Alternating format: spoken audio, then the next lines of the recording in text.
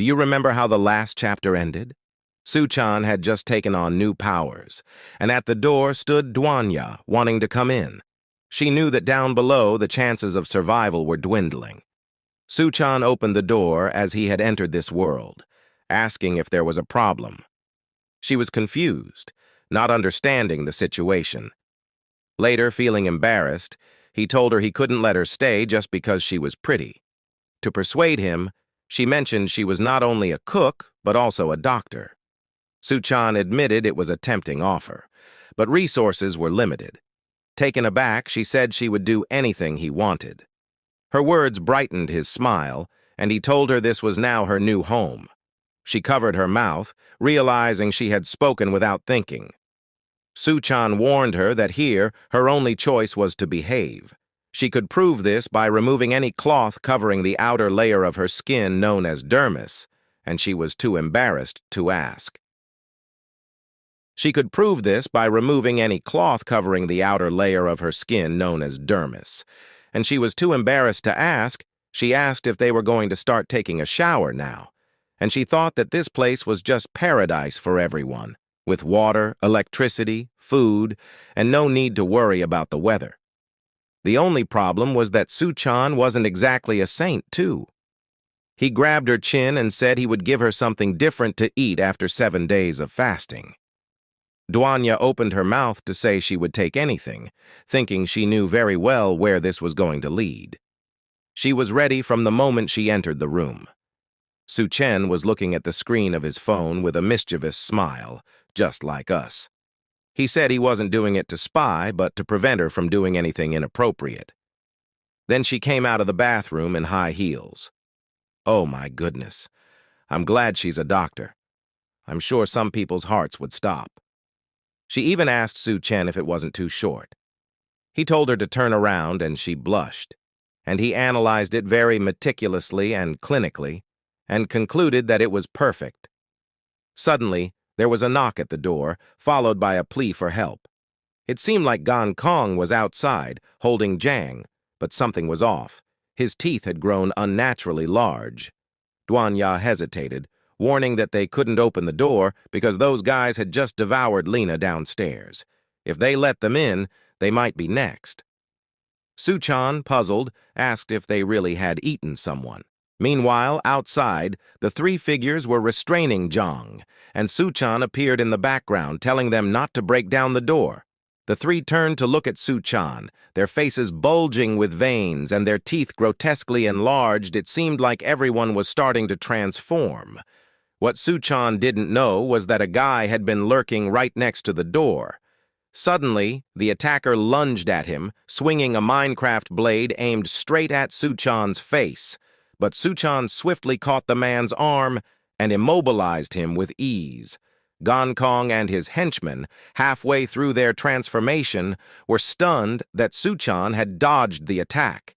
In the chaos, Zhang managed to break free from their grip and dashed toward Suchan, pleading for help. She reached out, desperate for him to save her. But when Suchan grabbed her by the neck, it became clear she, too, was transforming. Suchan calmly explained that in this new world, anyone who consumes human flesh is destined to transform, and Zhang was no longer human enough to be saved. Gan Kong, defiant, declared that it was the end of the world, and in times like these, it didn't matter if they were eating people as long as they could survive. Even immobilized, Yang chimed in, admitting that the flesh tasted delicious and made her feel powerful. Driven by her new craving, she attempted to attack Suchan, eager to get a taste of him. But Suchan swiftly responded with a powerful kick, sending Zhang flying out of the room. Zhang crashed through the window and tumbled outside, but just before she fell, she managed to grab hold of the ledge, slowly climbing back up. "You won't get away that easily, Suchan," she snarled. But then she realized something. The scorching sun was beating down on her, and her skin began to burn. Inside, Suchan remained calm, his hand casually resting in his pocket. Meanwhile, the 3 thugs charged at him, shouting that they couldn't let him pull out a weapon. Unfazed, Suchan simply asked, Why do you think I'd waste bullets on you? One of them lunged at Suchan, accusing him of underestimating them, but at that moment, the sneaky guy from earlier whipped out the Minecraft blade again, sneering that he didn't mind wasting it. In a swift move, Suchan struck the guy right in the head, even though they had turned into monsters. The thugs, still retaining their consciousness, devised a plan to surround Suchan and attack from all directions. As Suchan swiftly took down the one charging from the front, another thug was already on the ceiling, taunting that not only were they faster now, but their reaction time had also drastically improved. With coordinated strikes from both sides, one thug confidently leaped down, declaring that this would be the end for Suchan. He was certain that with one powerful punch, he could finish him off and steal everything he had. But just as the thug launched his attack, Suchan effortlessly jumped up, catching him mid-air. "Are you done talking?" Suchan asked calmly. With that, he slammed the thug's head into the ground. Another blow came at Suchan, this time from the Minecraft blade, but Suchan, agile as ever, blocked it with ease. With a single fluid motion, he disarmed the zombie-like attacker and quickly dealt with the one beside him. Gankang saw an opportunity and tried to land a punch, but Suchan was quicker, grabbing Gankang by the neck and smashing him against the wall. But just as Suchan was about to finish him off, something else appeared in the corridor, a sight that even startled him. Jang had fully transformed into a drought demon, her appearance now a grotesque blend of monstrous features and burning hunger. The atmosphere shifted, and even Suchan seemed taken aback by the sheer horror of what Jang had become. Jang leaped through the shattered glass and approached Suchan. Recognizing her, Suchan called out her name. Seeing her grotesque transformation, he commented that she had changed too quickly, indicating that her dependencies must have run deep. As Suchan finished off Gankang, leaving him lifeless, he remarked that since Zhang wouldn't simply disappear, he would have to finish her off again. Zhang, now fully transformed, let out a monstrous scream that echoed through the space. Inside the room, Duanya was both stunned and impressed. "Damn it," she muttered. "Suchan is incredible. He's taking on Gankang's entire gang by himself." But as she caught sight of the creature Jang had become, Duanya knew that this was no ordinary threat. Jang was far more dangerous than the others. Duanya knew that if she wanted to stay by Suchan's side for a long time, she couldn't afford to be a burden. Determined, she called out his name. Suchan turned, puzzled by her sudden declaration that she would help. He told her that if she didn't get scared and hide, that would be good enough. But if she came out armed and looking so fierce, it might distract him during the fight. For a moment, Duanya was confused, but then she realized he was actually complimenting her impressive presence. Meanwhile, Zhang made unsettling noises, building up to a deafening scream before launching herself at Suchan with her mouth wide open. Suchan was caught off guard, turning just in time to see her lunging at him. But it was too late. She landed a blow right on his shoulder. Duanya gasped, calling out his name in fear, but at that moment, Suchan activated his berserker power. Zhang's fangs, which should have done serious damage, left only small scratches on his skin. Shocked, Zhang quickly recovered, using her tail to strike at Suchan's back. Taking advantage of the momentary stillness in Suchan, she prepared to deliver another attack. Zhang bit down hard on Suchari's shoulder, but to her shock, her teeth couldn't penetrate his skin, which felt as tough as steel. She couldn't comprehend what had just happened. Suchan, unfazed, sarcastically asked if her teeth were just for decoration, before warning her that it was now his turn. With a swift move, he grabbed one of her arms and then the other. He jumped backward, landing on her back and immobilizing her. Pressing his foot against her spine, he calmly asked if she was ready for what was coming. Without giving her a chance to react, Suchan pulled both of her arms back while leaping, slamming her hard into the ground. Zhang hit the floor with a cry of agony while Suchan landed stylishly behind her, his eyes cold and focused. With toothpicks in hand, casually tossing away remnants of the battle, Suchan remarked that he had intended to make Zhang suffer much more in this apocalypse. But now that she had become this monstrous creature, she forced his hand to finish her off as quickly as possible. However, he suddenly noticed something. Zhang was using her tail to grab one of the bodies on the ground. Opening her grotesque, stretched mouth, she began swallowing the corpse whole. Her jaw extended unnaturally, and as she consumed the body, her left arm began to regenerate. Suchan watched with a cold gaze, and as her body started to heal, he said, "Let's start with that arm." With a quick motion, he tore off her left arm. As her body continued to regenerate, he pulled off the right arm next, calmly stating, "Now it's the right arm's turn." Zhang's monstrous form writhed in agony, her limbs tossed into the air as Suchan continued his brutal assault. She collapsed to the ground, battered and broken, yet her body swiftly regenerated. Once fully restored, Suchan looked at her and declared, "Round 1 is over, but you'd better get ready because round 2 is about to begin." From the room, Duanya watched in shock, witnessing the rain of limbs being thrown around as Suchan relentlessly dismantled and finished off Zhang over and over again. Zhang regenerated once more, and it was time for the third round. Suchan methodically continued removing each of her limbs, even her tail, with merciless precision. The fourth round came, then the fifth, as he began experimenting, removing other parts of her body. After countless rounds of torment, Zhang lay on the ground, crying in agony. Suchan finally spoke, saying that he was satisfied. He wasn't a demon, he claimed, but the small shred of humanity left in Zhang made her ask, through her tears, why she was being treated so cruelly. Suchan didn't like that question. It triggered painful memories of the past, when he had done everything for her, only to be betrayed and stabbed in the back. With cold resolve, he stepped on her, declaring it was revenge. And with that final step, it was the end of Zhang. Duanya, who had witnessed the entire ordeal, was both disbelieving and terrified. She cautiously asked Suchan if he was okay, and if he was still sane after everything that had happened. But Suchan ignored her concerns. Instead, he looked at her and asked if she was ready. Confused by his sudden shift in focus, Duanya hesitated. "Ready for what?" she asked. Suchan approached her from behind, a sly smile playing on his lips. "After everything." "I've done," he said.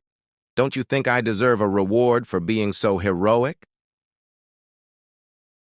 Meanwhile, in another part of the city, at a rescue point, someone remarked that the temperatures seemed to be normalizing.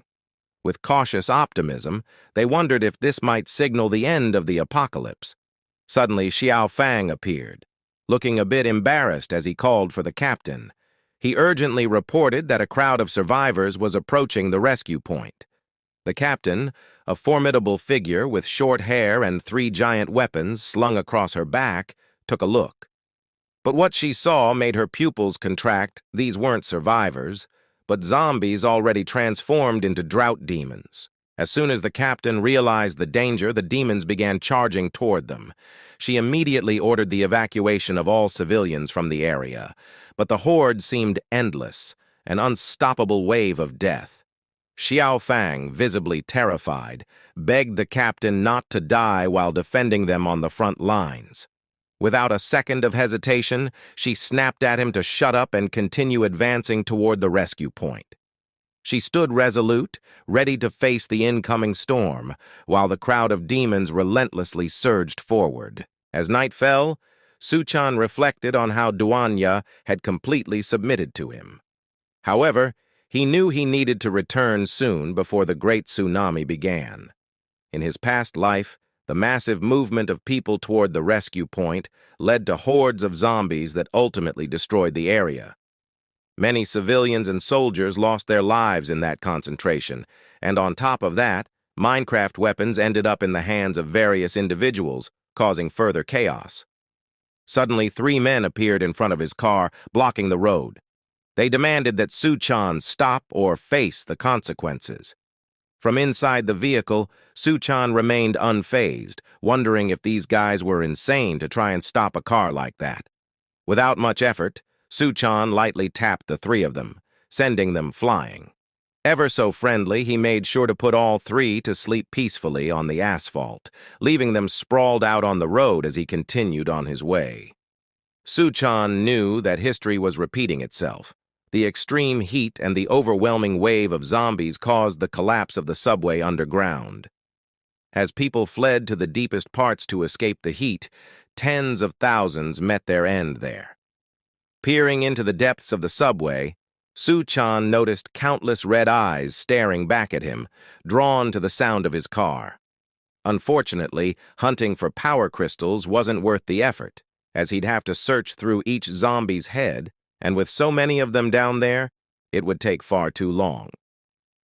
Deciding to move on, Suchan set his sights on the school, recalling that he hadn't visited the place since his graduation from the engineering university. The campus might have fallen again, but he wanted to check the situation.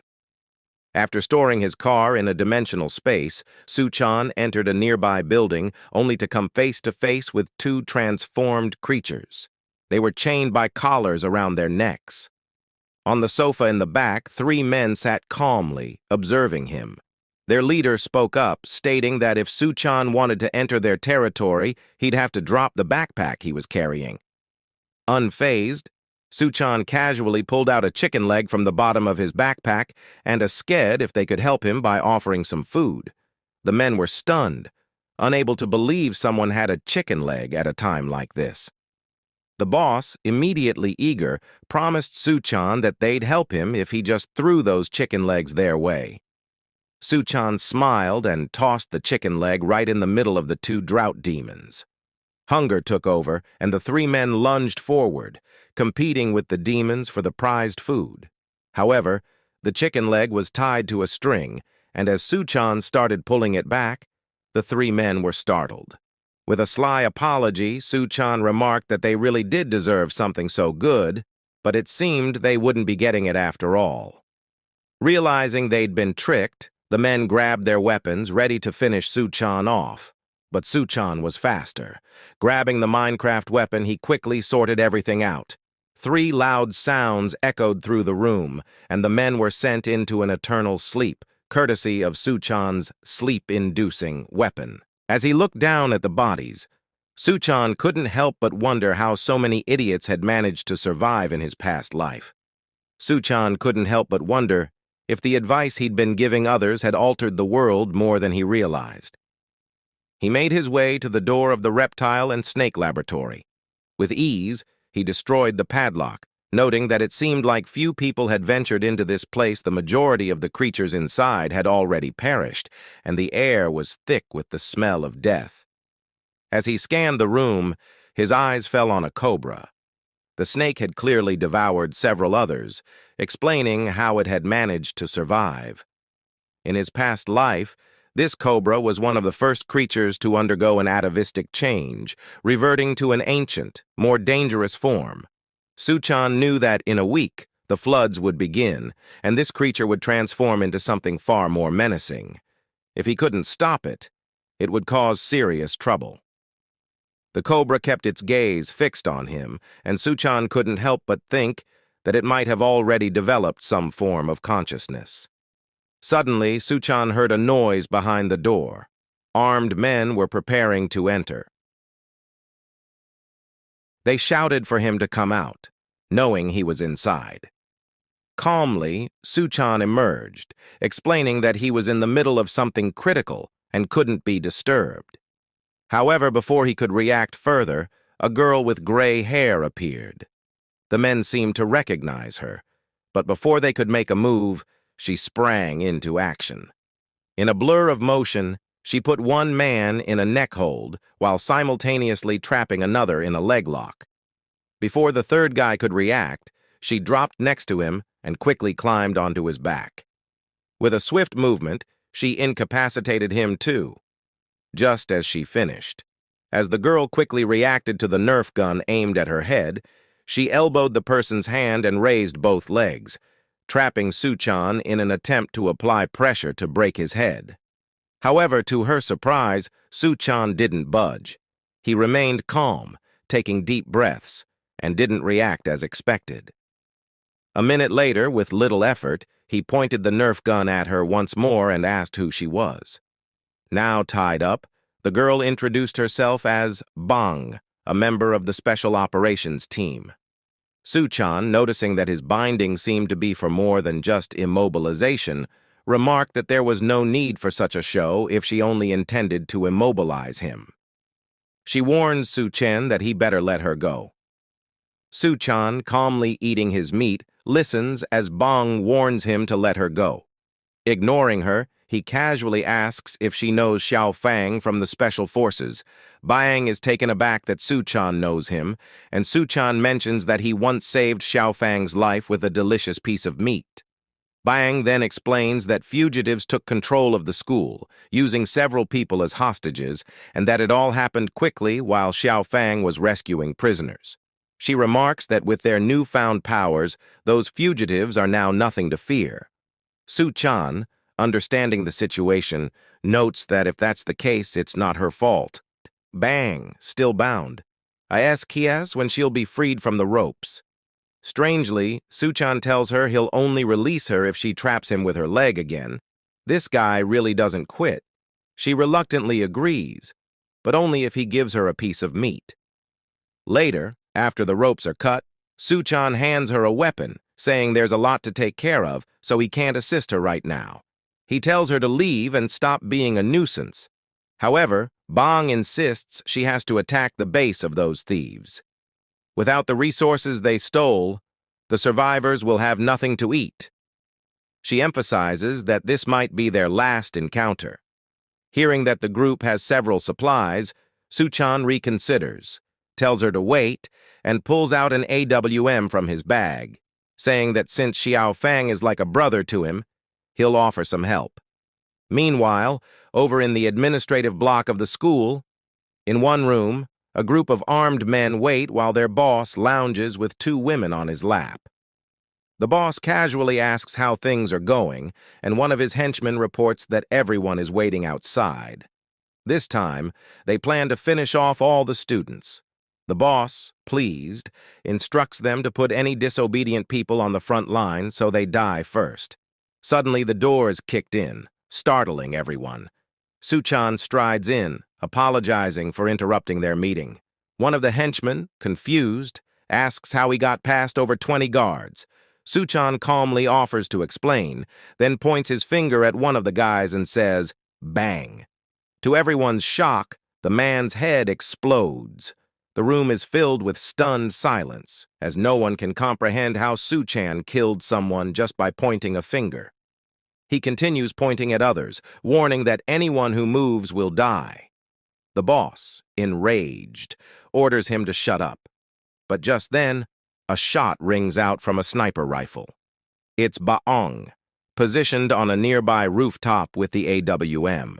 She successfully eliminates her target but feels uneasy, knowing Suchan is alone in a room filled with dangerous people. She thinks back to his orders and wonders how she found the courage to trust such a reckless plan. Suddenly, the curtains in the room are drawn, blocking her view. Panicking, Bang shouts through her earpiece, asking Suchan what's happening. She overhears that the people inside have realized a sniper is targeting them, and they're sending reinforcements to kill him. Fear grips her as she races down the stairs, desperate to reach Suchan in time. Bursting through the door, Bang yells that she's there for revenge. But to her surprise, all the henchmen are already lying on the ground. Suchan is holding the boss by the neck, nonchalantly warning him that there are no supplies left in the building. As he rummages through the boss's belongings, the man tries to bargain, saying, Suchan will be hunted by the rest of his group if he kills him. Suchan simply cracks the boss's neck, casually saying that the others will soon join him. In disbelief, Bang asks if Suchan really took down all those men by himself. Suchan smirks and says he's been exercising a lot lately. He reassures Bang that there are no supplies left, which leaves her puzzled. She wonders if someone else got there before them and stole everything.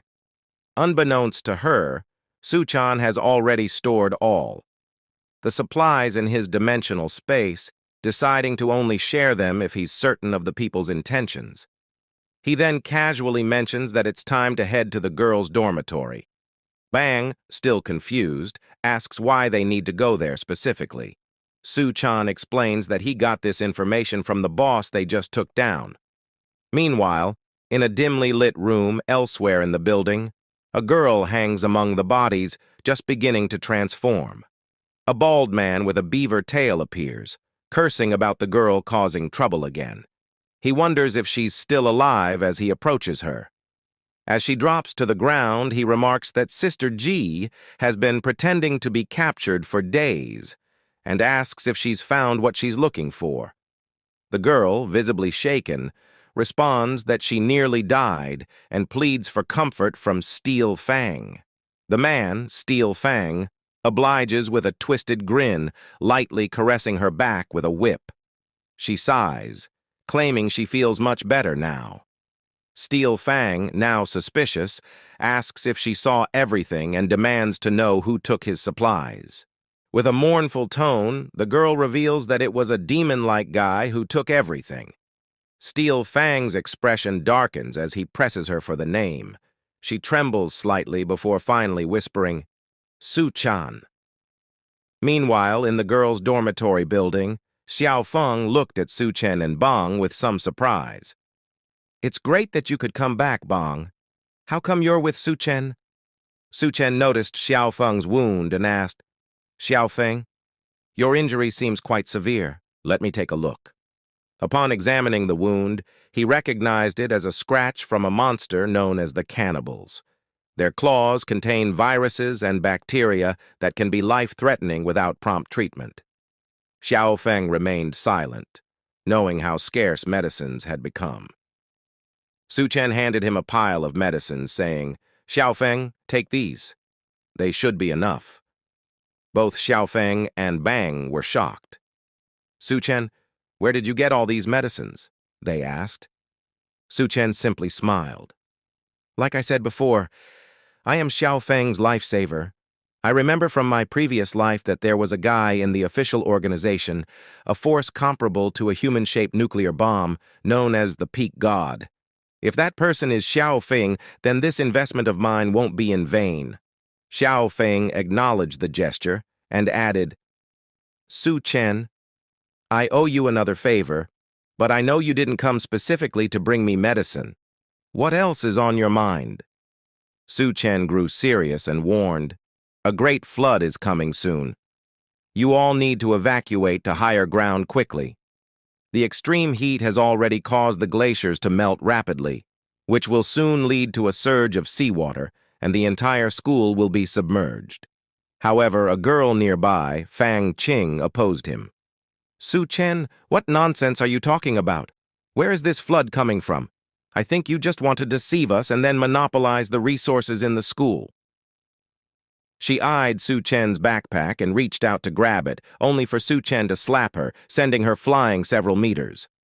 Fang Qing's disbelief turned to fury, but the male students around them began clapping, having long been fed up with her behavior. Furious, Fang Qing vowed revenge and stormed out of the dormitory without looking back.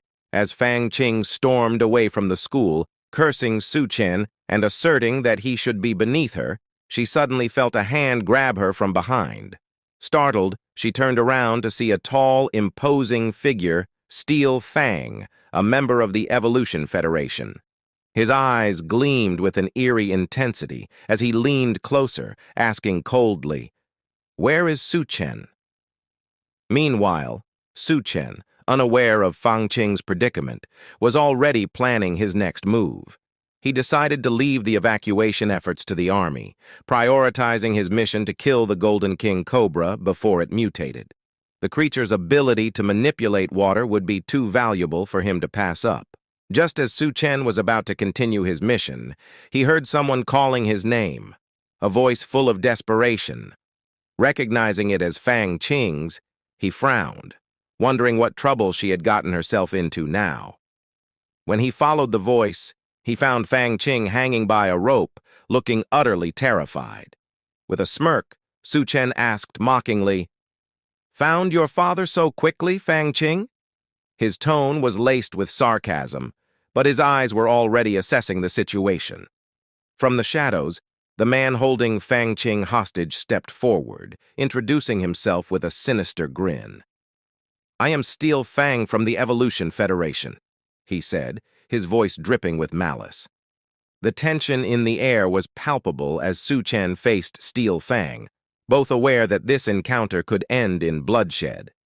Fang Qing, still dangling helplessly, watched with wide eyes, realizing too late that she had become a pawn in a much larger game. Steel Fang's grin widened as he looked at Su Chen. "I didn't come empty-handed," he sneered. "I brought you a little gift for our meeting." With that, he turned toward the cargo truck parked nearby and dramatically swung the door open. Su Chen's eyes calm as several burning zombies emerged from the truck, their bodies wreathed in flames.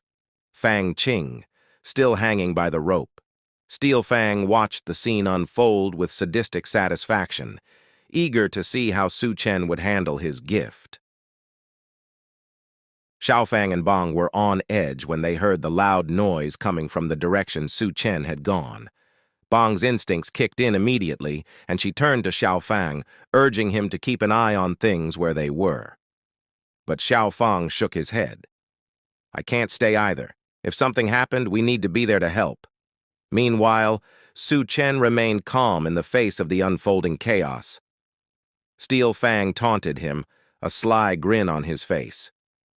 "That girl," he said, nodding towards Fang Qing. "She's from your university, right? Why not play the hero and save the princess? Just kneel and I'll leave her there." Su Chen appeared pensive for a moment, his eyes narrowing. "Saving her isn't impossible," he mused. Steel Fang's excitement grew. "See? You're amazing. Now just kneel and—" But Su Chen interrupted him with a calm yet unsettling tone. "There's a little problem." Fang Qing, panicked and desperate, yelled, "What problem? You said you'd save me. You can't go back on your word. Be a real man and help me." Su Chen shook his head. "I'm not the man who deserves to save you. Call the ones who always kissed up to you, those who joined your protests. Let them come and save you now." Fang Qing's fury flared up. "You're just trying to get revenge because I called you an inferior person, aren't you? Well, I won't apologize or beg. You're a pathetic loser and I don't need you." Su Chen smiled coldly. "Remember what you're saying." As Fang Qing looked down in horror, she saw a horde of dry, desiccated zombies surrounding her, the flames from the burning zombies creeping closer. Her arrogance vanished, replaced by sheer terror. "I was wrong. Help me, please," she screamed, but it was too late. The dry zombies began consuming her, and her screams were quickly drowned out by the crackling of flames. Steel Fang stared at Su Chen in disbelief.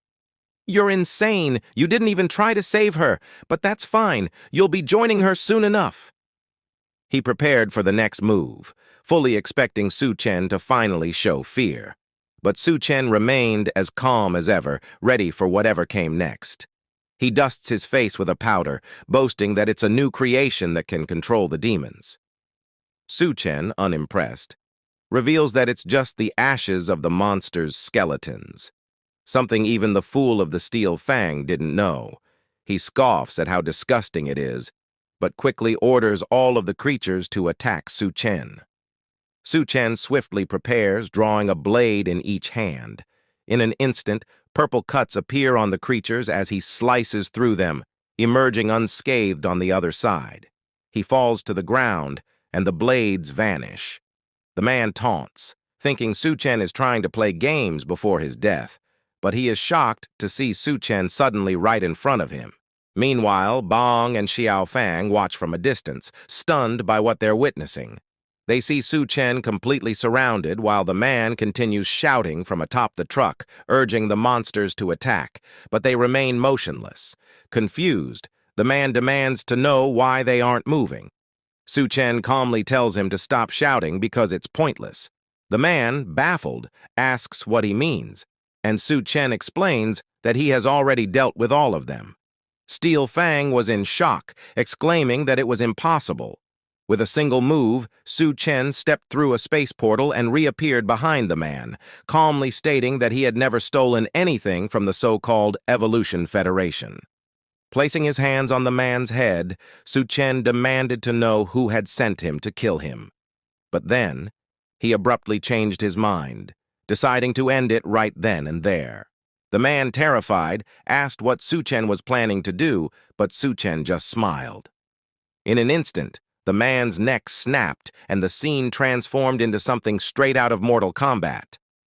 Witnessing this brutal display, Bang realized it was impossible for anyone to train and become that strong. Su Chen was more like a monster than a human. Meanwhile, the protagonist reflected on how he might need an assistant to handle situations like these, as he didn't want too many people to discover the true extent of his powers. Meanwhile, back at the hotel where it all began, Duan Ya was lamenting that Su Chen shouldn't have abandoned her in this place. She woke up groggily, muttering that she had apparently dreamed of him again last night. Despite the apocalypse leaving little to eat, she was somehow growing stronger, her thoughts constantly drifting to when he would return. She recalled his words, how he wouldn't accept useless people by his side, and felt a surge of determination, vowing she would never be a burden to him. Grabbing a Nerf gun, she declared she wanted to be his right hand, his trusted companion. Suddenly, she heard a noise coming from a nearby room. She cautiously opened the door, but found the room empty. Confused, she stepped inside, but then her instincts kicked in, a shiver ran down her spine, and her pupils contracted. A dry Derman loomed right behind her. She instinctively leaned back, fear gripping her as she wondered how and when the monster had appeared. However, she bumped into a table and was trapped. In a panic, she remembered the Nerf gun and reached for it. But her hand struck a chair, and the gun slipped from her grasp, rolling across the table. The dry demon lunged at her, ready to bite. Duan Ya closed her eyes, bracing for the end, but instead of feeling its teeth, she heard the sound of it biting into the chair. Surprised, she moved slightly to the side and realized that the creature seemed to be sniffing around her. It dawned on her that the demon couldn't see. It was hunting by scent. The problem was that she was too close. Any noise could trigger an attack. She needed to retrieve the Nerf gun. It was her only shot at survival. Slowly, she stretched out her hand, reaching for the gun on the table. But as she turned her head slightly, the demon seemed to sense her movement, snapping its jaws in her direction. She remembered Su Chen's warning. He wouldn't keep her around just because she was pretty. Inside every monster's head was a crystal, and Su Chen had no patience for useless people. With that thought, a surge of determination coursed through her. She wasn't useless. With a fierce resolve, Duan Ya stomped down hard on the monster's eye with her heel. Her foot got stuck in the creature's eye socket, and she struggled to keep it from moving closer. But as soon as she freed her foot, the creature clamped down on her ankle. Gritting her teeth in anger, she stomped on its other eye with her other foot, driving her heel in deep. The demon crumpled to the ground, momentarily defeated. Seizing the opportunity, she grabbed an axe lying nearby. "I'm not useless," she declared, her voice filled with defiance. She raised the axe high, determined to carve out the crystal from the monster's head. She would prove to Su Chen that she was strong, that she was more than capable of surviving in this world. Meanwhile, in the girls' dormitory, Bong and Xiaofang began evacuating everyone, following Su Chen's advice. The Golden King Cobra had entered its mutation phase, and Su Chen was face to face with the creature, patiently waiting for the transformation to begin. He knew that the snake needed water to evolve, so he had brought a bucket. As soon as he set it on the ground, the snake moved toward it, revealing a surprising level of intelligence. The moment the snake touched the water, the transformation began. It started to convulse, and the bucket swelled with its expanding form until it suddenly exploded. The creature had grown enormous, now towering over Su-chen. He quickly realized that the snake had become significantly stronger with just that small amount of water. If he had allowed a flood, the situation would have been much more dangerous. Drawing his blade, Su-chen warned the snake that if it submitted, he might consider making it a pet. But instead of complying, the snake darted toward the window, revealing a cunning intelligence beyond what he had expected. Realizing the snake was trying to escape, Su-chen leapt out of the window after it. Mid-air, he aimed to stab the snake's head with his sword, but the blade shattered against its toughened scales. The creature's hide was far more resistant than he had anticipated. The snake lunged at him, fangs bared, but he calmly leapt toward it, declaring that if a blade couldn't penetrate, he would use his fists. With that, Su-chen punched the snake's head, slamming it into the ground. However, the snake used his momentary distraction to its advantage, quickly wrapping its powerful body around him, attempting to immobilize him. "You're quite the cunning one," he remarked, realizing the snake had been baiting him all along. As it tightened its grip, preparing to crush him, Su-chen understood that every move she had made was part of a larger plan. The creature coiled tighter, preparing for a final strike to end him. Elsewhere, a soldier from the army tells the captain that she can't stop thinking about Su-chen because she keeps glancing in the direction he went. Frustrated, she tells him to shut up. The soldier warns that if Su-chen went off alone, he would likely die. However, Bong interrupts, saying it's impossible. She is certain that Su-chen is far stronger than he appears. "It's almost as if he were an untamed monster in this apocalypse," she adds. Back at the battle with the Golden King Cobra, a hand suddenly intercepts the snake's deadly strike. It's Su-chen. "Did you really think you could defeat me with that?" he taunts, his voice calm but commanding. He tells the creature that he's well aware of the regenerative capabilities of snakes, but what he's about to do is different. With a swift motion, he grabs the snake by the head, yanking it to the side, and with incredible strength, splits its massive body in two. As the snake's lifeless halves fall to the ground, Su-chen searches through the remains and finds the crystal he was looking for. Holding it up, he examines it closely. By its color, he knows this crystal will significantly boost his abilities and powers. Su-chen held the crystal up, examining its unique color and vibrant energy. A glint of curiosity sparkled in his eyes. "I wonder what kind of ability I'll gain from this." As the rising tide began to flood the city, people found themselves with nowhere to escape. Only the tallest buildings remained above the waterline, their rooftops crowded with desperate survivors. Meanwhile, Su-chen, who had just absorbed the water snake's core, was calmly diving beneath the surface. Scales had appeared on his body, granting him a sleek, streamlined form that allowed him to move effortlessly through the water.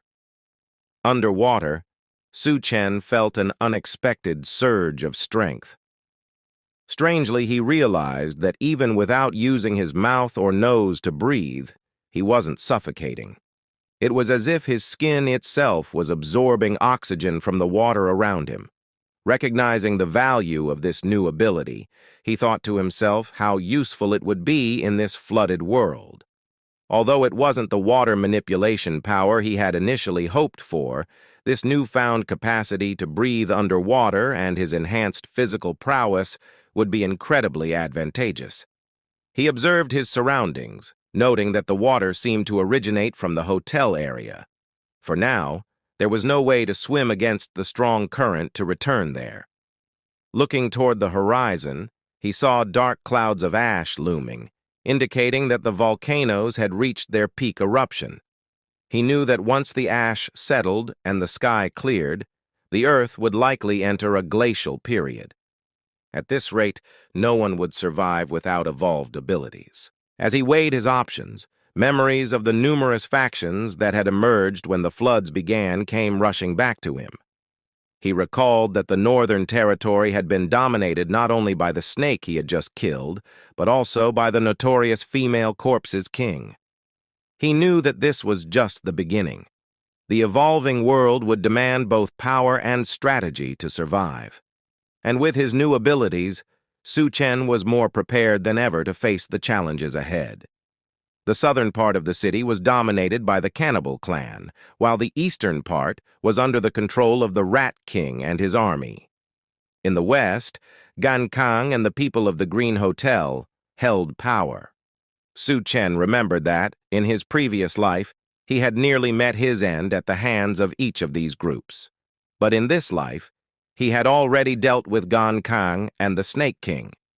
His goal now was to gather more cores to strengthen himself further and take down the remaining enemies.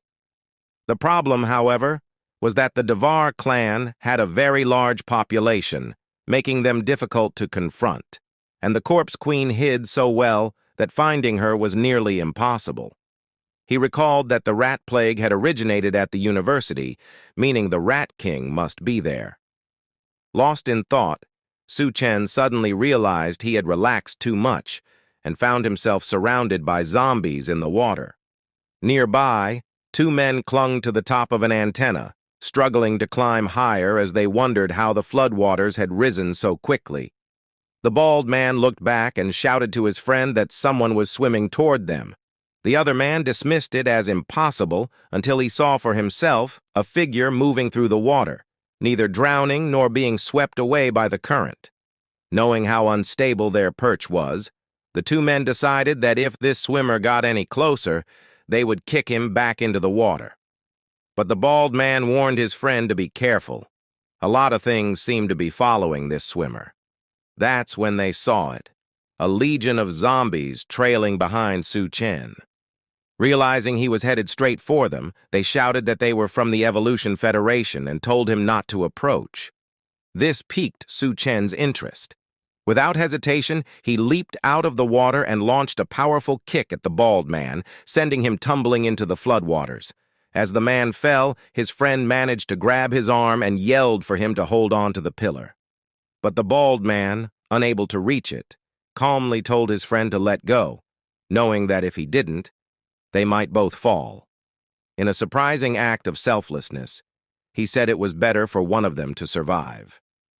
Meanwhile, Su Chen stood atop the antenna, demanding that they spill everything they knew about the Evolution Federation.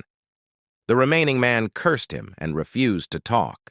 With zombies closing in, Su Chen warned that if they chose not to cooperate, they couldn't blame him for what happened next. Almost immediately, one of the zombies grabbed the bald man's leg, pulling him down into the water. Su Chen shrugged, stating he had given them a chance. It wasn't his fault.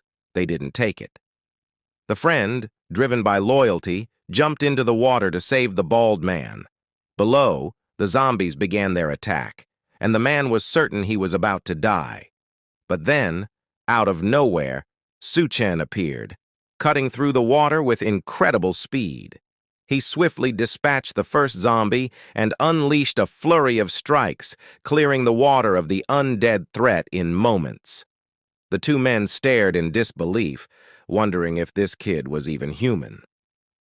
A short while later, back on top of the antenna, they admitted they owed Su Chen their lives and agreed to tell him whatever he wanted to know. They revealed they had been sent there to investigate him. The Evolution Federation was currently located at the University of Science and Technology and was led by a man named Leo. Knowing this, University was where the rat plague had started. Su Chen asked if they were conducting any research involving rodents. The man responded that, unfortunately, they weren't. No one was allowed near the labs anymore. Now motivated to act quickly, Su Chen decided he needed to get to the university and deal with the situation before the rat disaster could unfold. Meanwhile, at the hotel, Duanya had managed to survive the chaos and had even obtained a core from one of the zombies. Despite her meticulous nature and the care with which she approached her tasks, She found it odd that even the upper floors of the hotel were now flooded. Something caught Duanya's attention as a sea creature slithered its way toward her, coiling its slippery body around her, trying to crush her. The creature was undeniably cruel and wicked, with a mouth full of razor-sharp teeth that lunged at her. Duanya barely managed to grab it, but her hand got entangled in its slimy appendages, leaving her immobilized. Panic set in as she saw more of these creatures swimming toward her.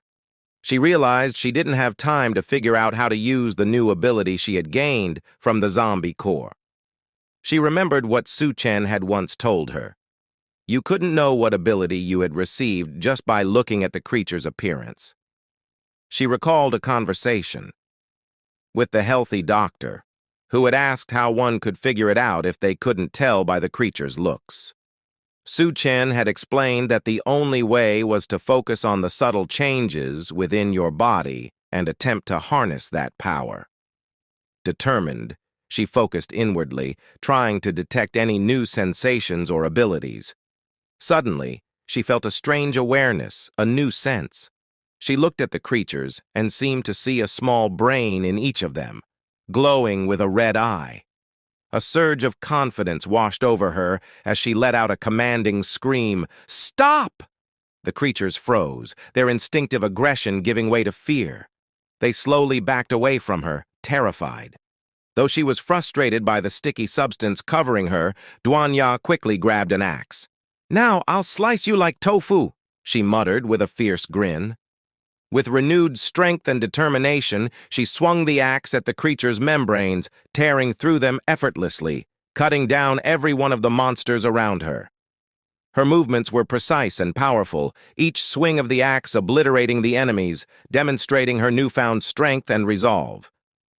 While Duanya talked about needing a bath, she suddenly heard a voice behind her, asking if they could join. She spun around angrily, ready to attack, but then recognized Su-Chen, who was wearing an oxygen suit. Realizing it was him, she leaped onto him, joyfully celebrating his return. However, seeing his oxygen suit, she quickly stepped back and apologized for getting too close. After some time, they decided to take a bath to clean up after the intense fighting. As they washed away the grime, Su-Chen asked if she had truly received a new ability. Duanya seemed pleased that he had noticed, as it meant she was no longer considered useless. Su-Chen, always pragmatic, asked if her ability could be used in practical ways, like changing the appearance of food, for example. She replied that she would need to practice first to understand its full potential. Curious about what this practice entailed, Su-Chen felt his mind being taken over. Suddenly, he saw Duanya in a combat outfit, designed for extreme protection. Recognizing this as a manifestation of her ability, he quickly activated his own power to break free from her mental control. "You'll need to practice this ability a lot," he stated firmly, understanding that mental control required precision and strength. A gunshot rang out, and two nearby creatures fell. It was Su-Chen, demonstrating to Duanya the importance of mental discipline. "You must control your mind and maintain a steady aim," he instructed. He then informed her that he would give her half a day to get accustomed to her new power, knowing that mastering it could be crucial for their survival in the dangerous world they were navigating. Su-Chen asked Duanya if she was from the medical university, and when she confirmed, he informed her that she would be joining him on the next mission. It was time for her to show some usefulness. While sailing through the flooded city on the boat, Duanya looked down at her extreme protection armor and asked Su-Chen, "Is it okay to wear clothes like this?" She seemed unsure, perhaps feeling awkward. Su-Chen glanced at her and replied, "It's fine. Even if you don't wear anything, I'm here to protect you." His words were both reassuring and slightly teasing, meant to make her feel more at ease. Curious about their destination, she inquired why he wanted to go to the science university. Su-Chen simply replied, "I want to see a friend. I'm wondering if he survived." She tried to comfort him, saying, "Don't worry. Good people have good luck." A while later, they approached their destination. Duanya notified Su Chen that they had arrived, pointing out a heavily barricaded area. "That's the Science University," she said. As they drew closer, Su Chen's sharp eyes noticed some movement on the wall. Suddenly, a shot rang out, narrowly missing them. Su Chen quickly moved to shield Duanya. From the top of the wall, a man shouted, "What are you doing here?" Su Chen remembered thus is the Science and Technology University where the rat mutant ring rose last time. Su Chen called up to the guards on the wall, "I want to join the Evolution Federation. Open the gate!" The chubby guy on the wall eyed them suspiciously before responding, "The rabbit girl can come in, but the guy has to disappear." He clearly didn't trust Su Chen and seemed to think Duan Ya might be more useful on her own. Duan Ya, however, had a different plan. She quickly held up a plate of smoked pork, a rare delicacy in the apocalypse. "How about you let us both in for this?" she suggested with a confident smile. The chubby guy's eyes widened in disbelief, and he went wild with excitement. "Impossible! How could such a thing exist in this world?" he exclaimed, clearly desperate for a taste. "Open the gate now," he ordered his men. It had been so long since they had seen any real meat. The gates creaked open, and Su Chen and Duanya sailed their boat into the compound. As they reached the dock, several men rushed over, eyes locked on the plate of smoked pork. They began arguing among themselves, demanding the meat immediately. Tensions ran high as each of them jockeyed for position, eager to claim the first bite. Amidst the commotion, Duan Ya's eyes glowed red, a sign that she was using her newfound ability. She cast a glance at the chubby guy who was already devouring what he thought was a piece of roasted pork. But under her mental influence, he didn't realize that he was actually chewing on a zombie's arm. His face twisted with delight as he savored what he believed to be a rare treat, completely unaware of the horrifying truth. They were led through the base, with their guide explaining how things worked. "Everyone here helps each other," he said. "The first floor is for the children, the elderly, and those who can't contribute much. But you all are headed up to where the more useful folks stay." As they walked, a small child suddenly bumped into one of them and fell to the ground. The guide harshly scolded her, asking if she didn't know how to walk. The little girl, looking frightened, apologized quietly. Duan, feeling sympathy, bent down and picked her up. "She looks starving," she noted softly, pulling out a piece of bread to offer the girl. Even though she was clearly hungry, the child hesitated. "If I take this, will my bunny sister go hungry?" she asked, her voice full of worry. Duan was confused by the mention of a bunny sister, but Su Chen stepped in, calmly telling the child, "She won't go hungry." The girl looked at him doubtfully. "Stop lying. Everyone is hungry these days."